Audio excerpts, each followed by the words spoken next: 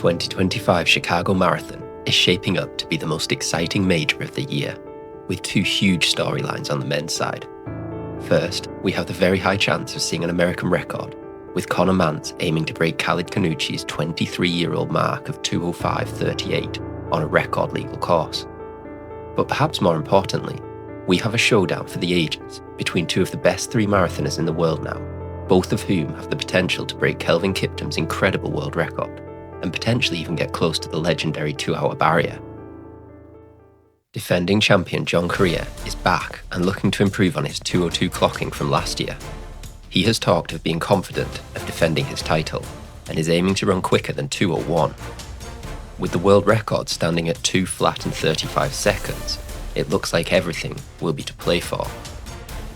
The other man in the picture to run such a super fast time is also looking confident.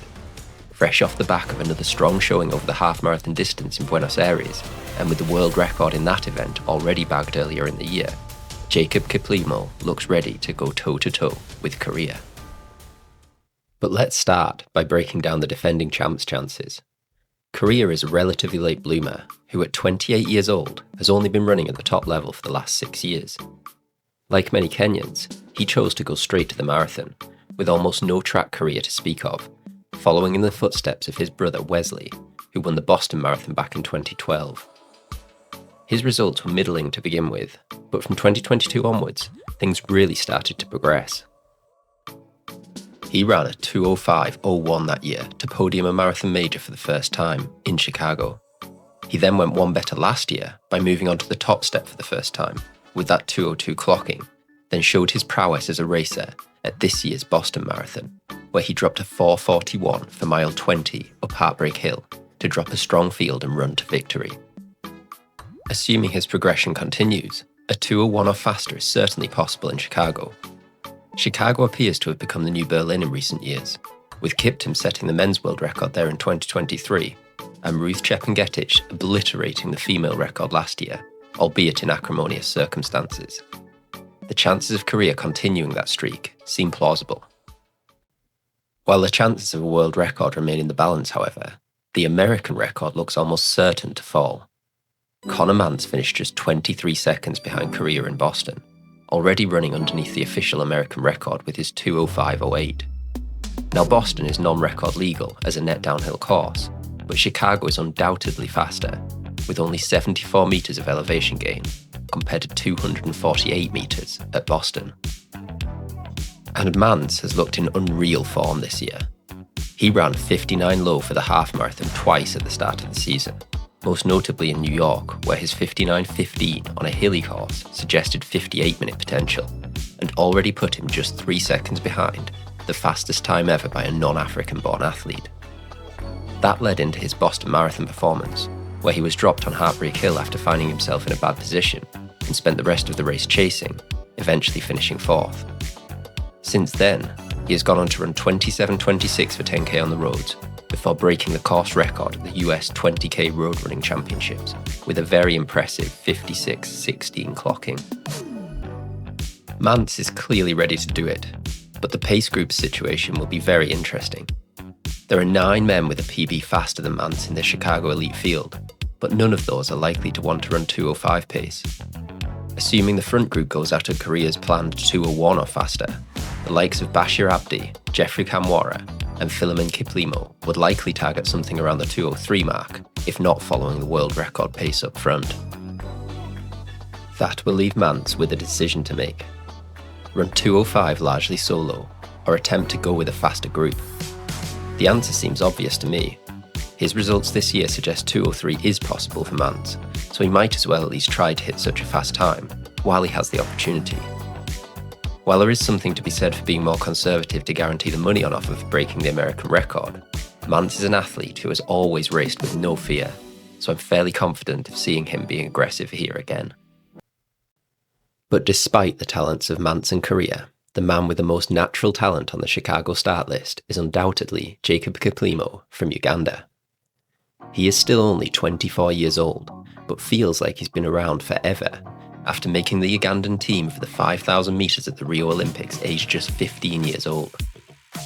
He ran 13.19 for 5k and 27:26 for 10k at that age, times that seem just inconceivable when thinking about what someone with 3 years left of high school could be expected to achieve. He went on to beat Jakob Ingebrigtsen over the Norwegian's preferred distance of 3,000 metres aged just 19, before moving to the roads and setting his first half-marathon world record, aged 21, at the Lisbon Half Marathon in 2021. Since then, he has won 2 world cross-country titles, but really showed his potential over the marathon earlier this year, when he broke the half-marathon world record again with a stunning 56:42 in Barcelona. 56:42 is ridiculous. According to the World Athletics scoring tables, it achieves a score of 13:23, which is the single highest scoring distance running performance, male or female, ever. If he can translate that performance to the marathon, Kiptum's world record would be a mere formality, and the 2-hour barrier highly likely. In his first attempt at the marathon distance, in London in April, there were no immediate fireworks, but there were glimpses of his potential. He ran 2:03:37, which at first appears a little underwhelming, but has to be taken in context. The weather in London was less than ideal for marathon running, with temperatures of 18 degrees Celsius and sunny conditions by the time the athletes finished. Despite the field containing many of the best marathoners in the world, they passed halfway in a comparatively slow 61:30 and continued at a similar pace until the 30-kilometre mark. At that point, Sebastian Sawe broke away from the pack. No one followed, but Kiplimo did break away from the rest a little later on, closing hard to finish second ahead of Olympic champion Tamarat Tola and marathon legend Eliud Kipchoge. That represented a pretty good result for someone still learning the marathon. Kiplimo has talked about only running 150 kilometres per week up until 2024, with the half marathon and even shorter distances his major focus until that point. But since the start of 2025, he has increased his mileage to 220 kilometres per week. With another 6 months of that volume in his legs since London, Chicago should see another step up. So time for prediction. Korir might be the headliner, but Kiplimo has the ability to comfortably hang with 2:01 pace or quicker in the first half of this race. With temperatures currently forecast to be in the 10 to 12 degrees Celsius range on race morning, we should see the two of them make it to 30 kilometres together, at which point we will find out if Kiplimo has what it takes. I think he will. He is a proven competitor on the track, cross-country and roads, so despite talking about being conservative, when the win is on the table, he should be able to push himself, meaning we will likely see him victorious in a sub-2:01 time. Of course, this is weather dependent, but I'm pretty sure we will see something special from the man from Uganda. Mantz will almost certainly get his American record, but for me, the interesting part is whether he can get his 2:03. It would only be a 69-second improvement from his Boston time, so I'm going to put it out there and say yes, he gets it. Let me know what you think in the comments below. Kiplimo, Korir, or someone else for the win? And just how fast can Mantz run? Thanks for watching, everyone. Don't forget to subscribe for more elite running content as we close out the 2025 season, and see you in the next one.